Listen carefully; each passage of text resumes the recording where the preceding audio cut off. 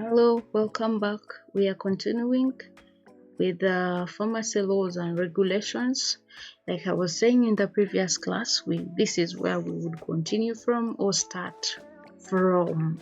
Okay, so welcome back again. We are going to look at objectives. We are still on pharmacy laws and regulations. What are pharmacy laws and regulation objectives? What was the aim of it coming up? And then we are going to look at the types of pharmaceutical premises that we can have in this country. I don't know how others have or what they have. And then we are going to look at legal requirements for location and suitability of various pharmaceutical premises within our country.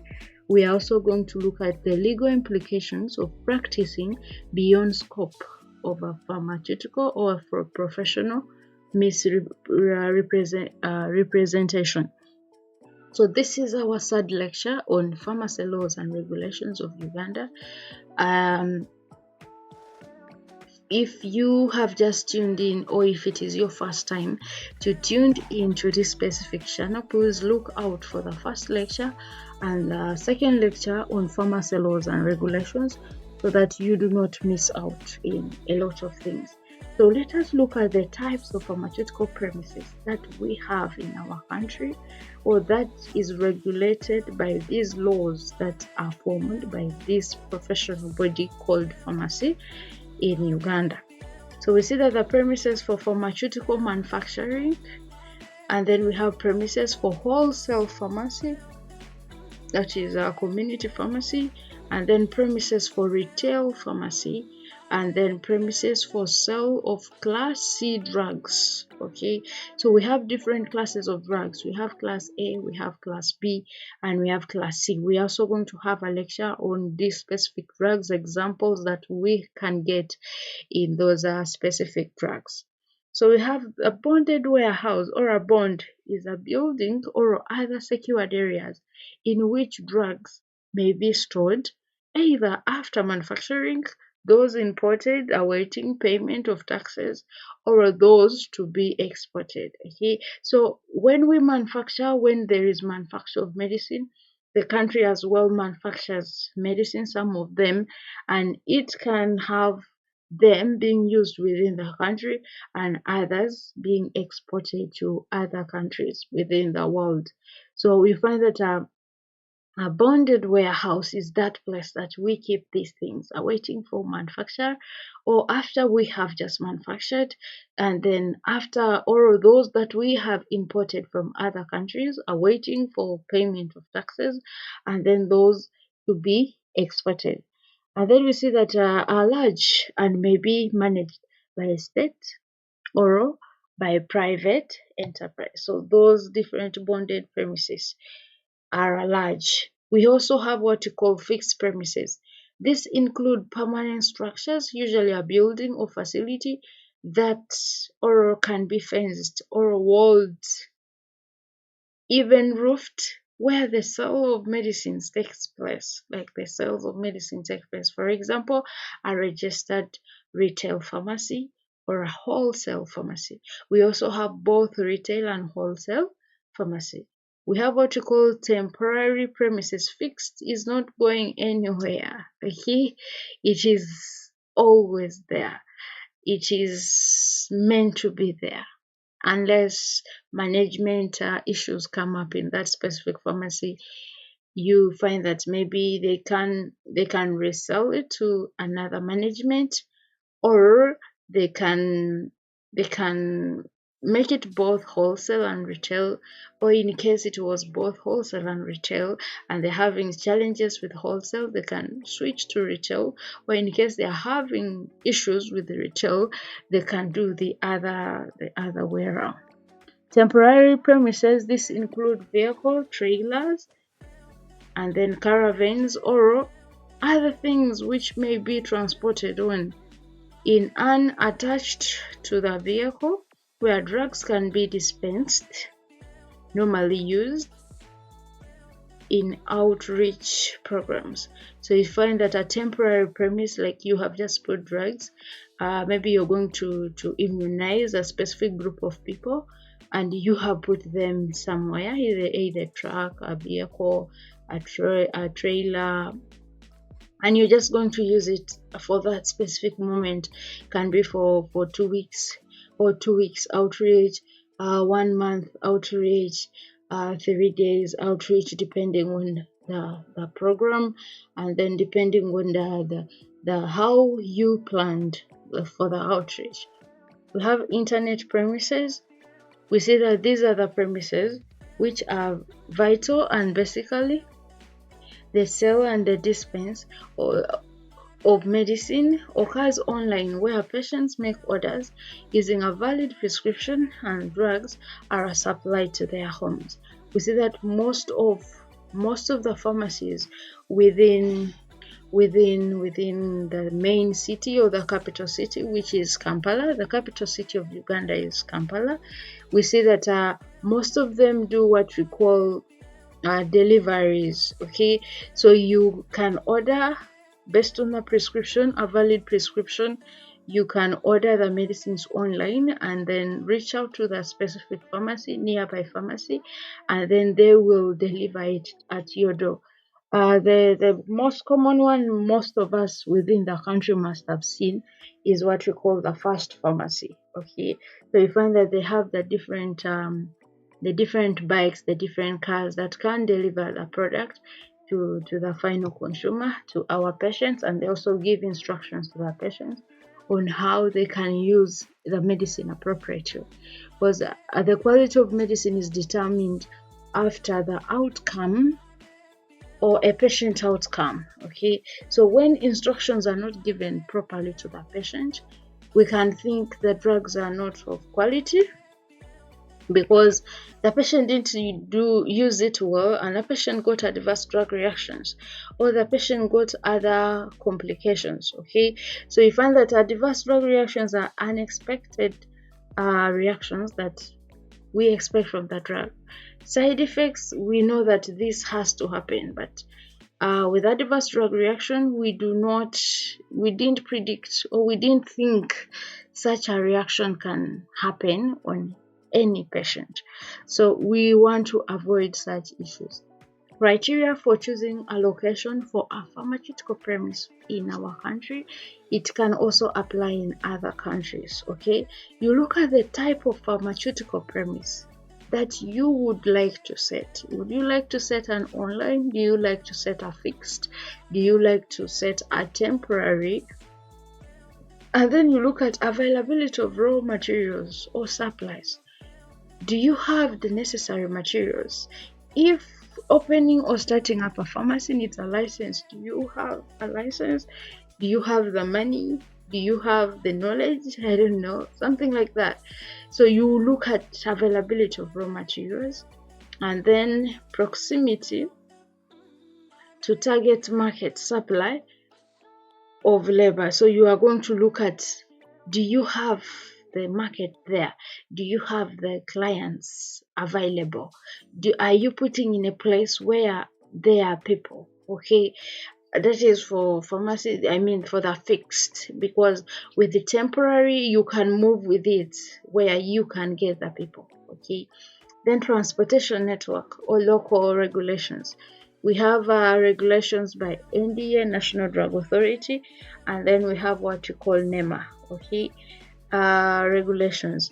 Then we have environmental impact, waste disposal, and safety requirements. You have to put all this into consideration.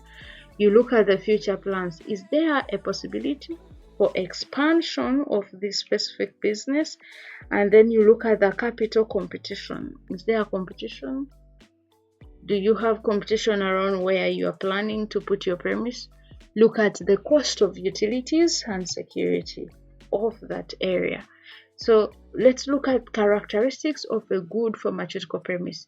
You have already known what you need to put in mind before setting up. So you need to know what is the characteristic of a good pharmaceutical premise. A pharmaceutical premise should have adequate space to ensure proper storage and better work climate. Look at the space that you're having. Do you have enough? Do you have ventilators? Do you have enough aeration into the air exchange in and out of the premise? Then look at the layout and fitting in respect of the storage of medicinal products must facilitate their appropriate storage and supervision of their sale or supply. Look at adequate heating, lighting, and ventilation. I'm just from talking about this. Air conditioning should be provided to ensure that correct storage and safe dispensing of medical products within the facility. And then look at the suitable awaiting or waiting area should be there where your patients can come and sit and wait to be attended to, not letting them stand. Some of them may come with their conditions that they may not allow them to stand. So you look at the suitable waiting area with the seating options should be provided for patients, giving considerations to the privacy of others. Okay, so you also see that pharmacies provide or should have a separate designated convenient located patient consultation room to ensure privacy. We have just looked at in the last lecture, we looked at ethics or code of conduct, and we said privacy is one of them. You need to give patient privacy. So a pharmacist or pharmacists are also encouraged to have pharmacies in their premise so that you are able to consult your patients freely and protecting their privacy. All floors within the registered premise should be undamaged, intact, and with uneven surface. The premises or pharmacy premise must be easily identifiable as a healthcare facility and must reflect the professional nature of the pharmacy. And then we see that the public entrance to the pharmacy must be clear and accessible at all times. So it should be clear for those who are disabled as well as those who are not disabled so that you can accommodate every type of patient. All of them are your patients.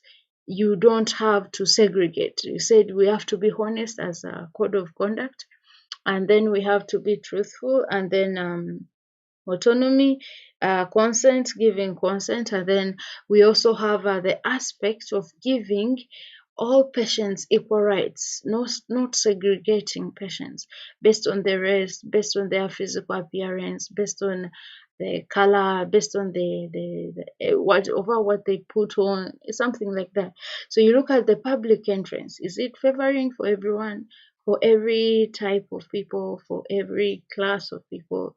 And then those who have cars, do you have like a parking space for them? Is your space enough to park their cars? Because you may miss money because they cannot park anywhere in order for them to get out and get their medicine. Pathways to the front of the premise must be safe, well maintained, and level. Any signage used on the exterior of the pharmacy must be clear, eligible, and not misleading. Your signpost, your information you're putting for us, it should be clear.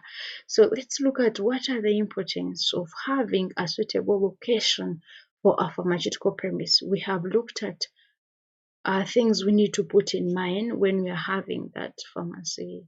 So we need a suitable location for pharmaceutical premise to ensure low operation and capital costs.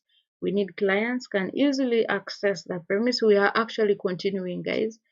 Increase of profit for pharmaceutical enterprise, and then create a good relationship with your clients. Talk to your clients well, and then advise them well. Give them enough drug information. Give them enough information about what you know on their condition. A suitable pharmaceutical enterprise can motivate the employees to work better to achieve a better outcome. Okay. So we are going to continue, or we are continuing. There is reduction in motion between operations which minimize production time as well as activities of workers. It also ensures more labor productivity. There is more safety and security to workers from accidents. There is also better working conditions resulting in improved efficiency and can act as a form of advertising your different medical drugs. Okay, the new brands that always keep coming, you can advertise about them in your specific premise. So we have what you call legal implications of practicing beyond the scope or beyond the professional, and it should not be misleading or professional mispresentation. So the legal implications in case you do not do the right thing, what is going to happen to you in case you don't follow the right thing, what is the body going to do to you? And we have looked at the different bodies that regulate the practice of pharmacy in the previous lectures, where we said we have the Pharmacy and Drug Act, we have the National Drug Authority, and then others that we looked at already.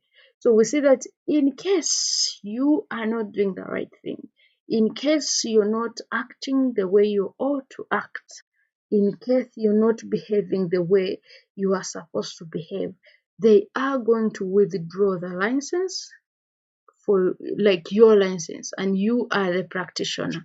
So they are going to withdraw the license of the practitioner, and then they will also withdraw the certificate of registration for the practitioner, and then the practitioner can be arrested and taken to court of law for judgment depending on what case. That is why when we are starting pharmacy laws and regulations, we looked at the different types of laws and the different sources of laws, where we have the criminal law and we have the civil law. And we say that the criminal law is the law against the country or the state, and then a civil law is a law between two individuals or two or three individuals within that specific country. So a practitioner can be arrested and taken to court and charged for offense that they have performed or they have done. Yes, the practitioner can be interdicted from service, like you can be removed from service. So here we are looking at different premises. However, I request we look at these different premises and what we expect in them in the next lecture. Okay, so let us take a brief break. Thank you so much for listening up to this far.